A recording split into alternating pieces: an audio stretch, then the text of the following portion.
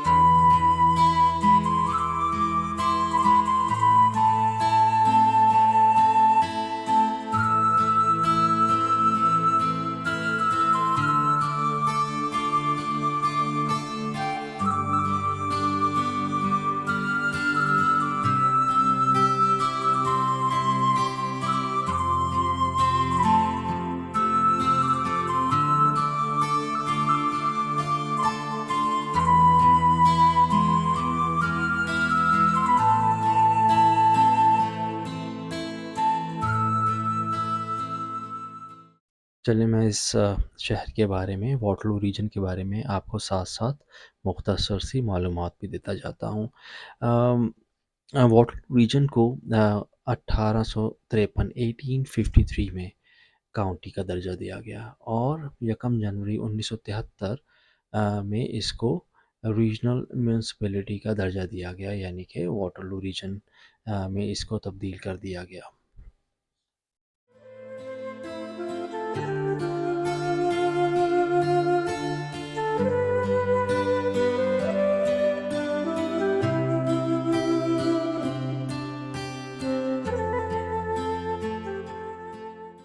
जहाँ तक Waterloo reason के शहरों का ताल्लुक है तो किचनर जो है वो एक बड़ा शहर है। इसके अलावा वाटरलू और कैम्ब्रिज बड़े शहर शामिल हैं। अगर हम देखें इसके गिरदानवाह के इलाकों में तो उसमें टाउनशिप्स हैं जिसमें नॉर्थ डम्फ्रीज, वेलेस्ली, विलमॉट और विलेज की टाउनशिप्स शामिल हैं। तो इस एतबार से देखा जाए तो ये रीजन एक बड़ा रीजन है जिसमें अच्छे तालीमी इदारे भी हैं, यूनिवर्सिटियाँ और कॉलेज हैं, शॉपिंग मॉल्स भी हैं जिसमें कॉनस्टोगा मॉल और फेयरव्यू मॉल शामिल हैं और अच्छा मैस ट्रांसिट का सिस्टम भी है जिसमें बसें भी शामिल हैं और स्ट्रीट कार भी शामिल हैं। तो इस एतबार से एक बड़ी आबादी वाला एक अच्छा रीजन तस्वुर किया जाता है वाटरलू रीजन को साउदर्न ओंटारियो में।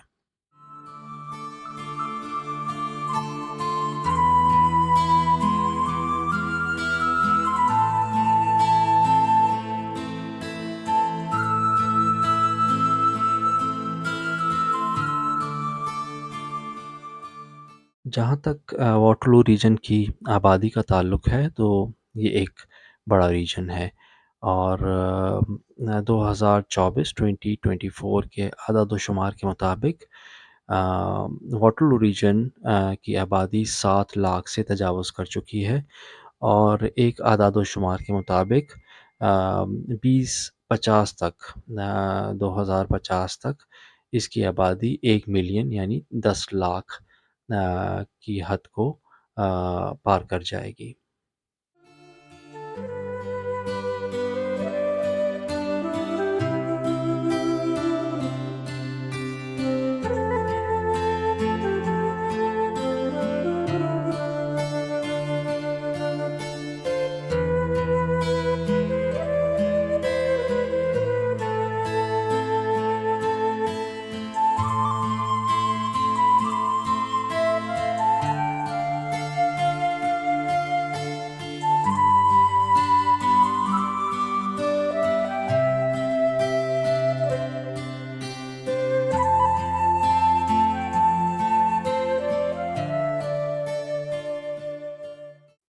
बोर्ड वॉक के बारे में आपको बताता चलूँ कि ये एक ओपन एयर कॉन्सेप्ट है दुकानों का जहाँ पे लातादाद अच्छे स्टोर्स हैं और गुज़िस्ता 10 सालों से ये वाटरलू रीजन के शहरियों के लिए एक अच्छी ख़रीदारी के मरकज़ की हैसियत से अपनी खिदमत अंजाम दे रहा है।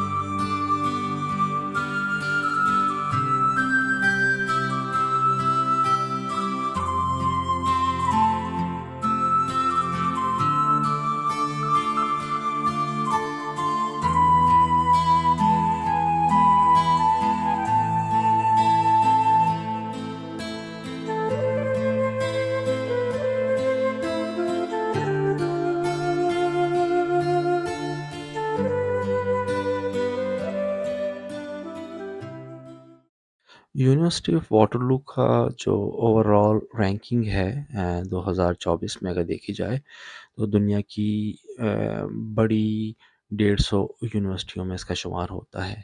158 नंबर पे आती है, तो दुनिया की बड़ी 150 160 यूनिवर्सिटी में इसका शुमार होता है। जबकि कैनेडियन यूनिवर्सिटी में इदारों में इसका नंबर 7वां है। तो इस एतबार से यूनिवर्सिटी ऑफ वाटरलू एक मारूफ तालीमी इदारा है।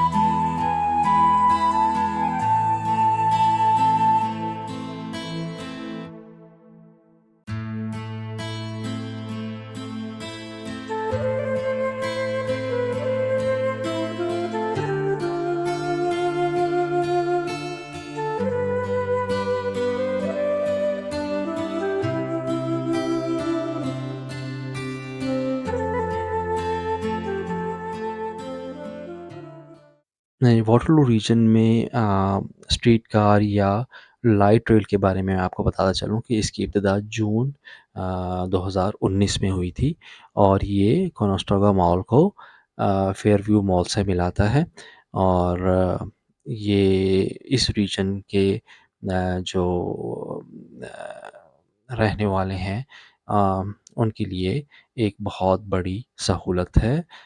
बसों के साथ-साथ ये मैस ट्रांसिट का जो सिस्टम है, बसें और स्ट्रीट कार या लाइट रेल, ये रोज़ाना के हिसाब से हज़ारों की तादाद में सार्फ़िन को अपनी खिदमात वहाँ पहुँचाती हैं।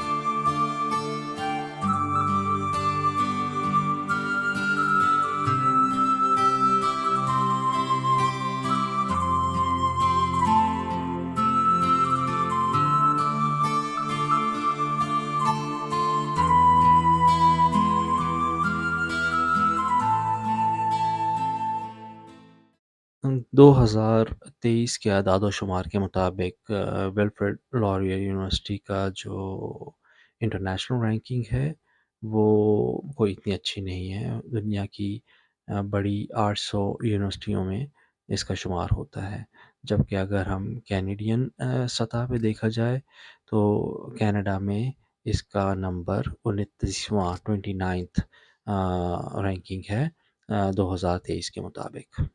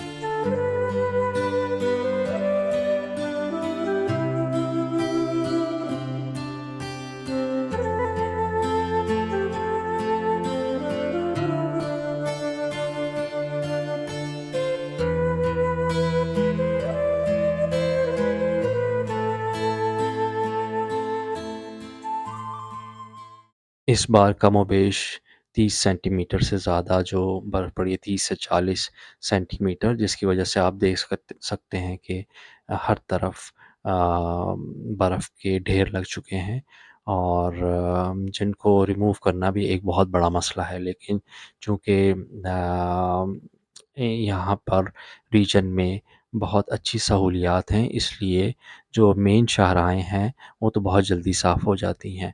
बाकी लोग अपने-अपने घरों के सामने से खुद ही सफाई करते हैं, तो 30 से 40 सेंटीमीटर अगर किसी थर्ड वर्ल्ड कंट्री में बर्फ़ पड़ जाए, तो वहाँ पर जो है रोज़मर्रा के जो सारे काम ही बिल्कुल रुक जाएँ।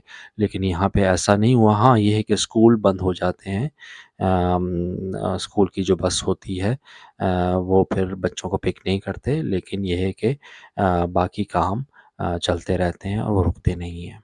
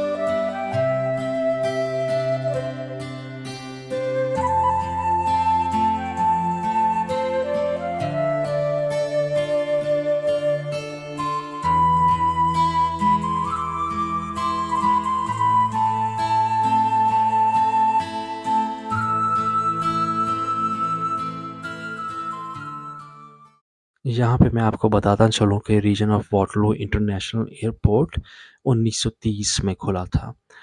ये ना सिर्फ़ डोमेस्टिक ज़रूरियात को पूरा करता है, बल्कि इंटरनेशनल एयरपोर्ट भी है। यानी यहाँ से अमेरिका, मेक्सिको, डोमिनिकन रिपब्लिक और क्यूबा के लिए फ़्लाइट्स भी चलती हैं।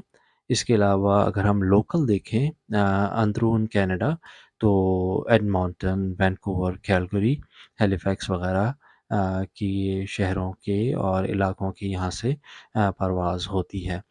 जबकि मुख्तलिफ़ एयरलाइंस जिसमें वेस्टजेट, फ्लेयर एयरलाइन और सनविंग जो एयरलाइंस हैं, वो यहाँ से ऑपरेट करती हैं।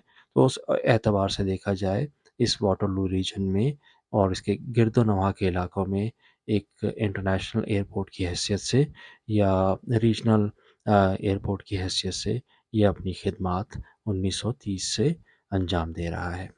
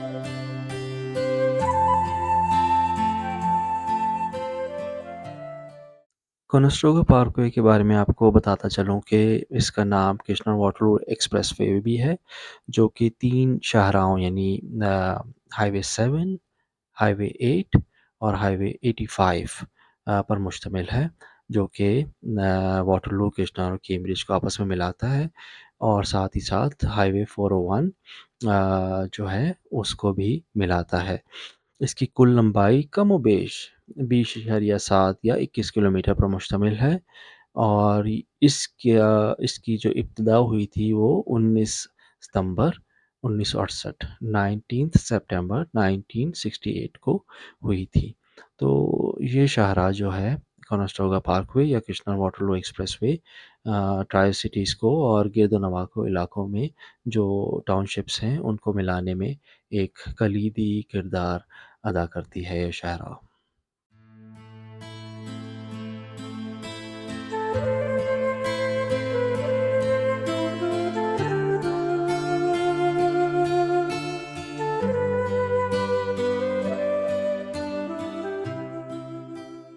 सनराइज़ शॉपिंग सेंटर के बारे में मैं बताता चलूँ कि इसकी इब्तिदा आज से 22 साल पहले हुई थी। सितंबर 2003 में ये ओपन हुआ था।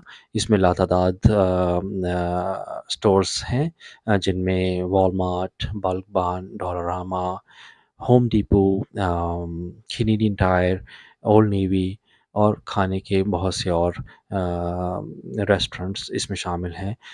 और ये जो करीबी आबादी है उसके लिए एक बहुत बड़ी सहूलत है कि आपको अपनी रोज़मर्रा के इस्तेमाल की चीज़ें, ग्रॉसरी, कपड़े, जूते और खाने-पीने की अशिया बड़ी आसानी से मिल जाती हैं।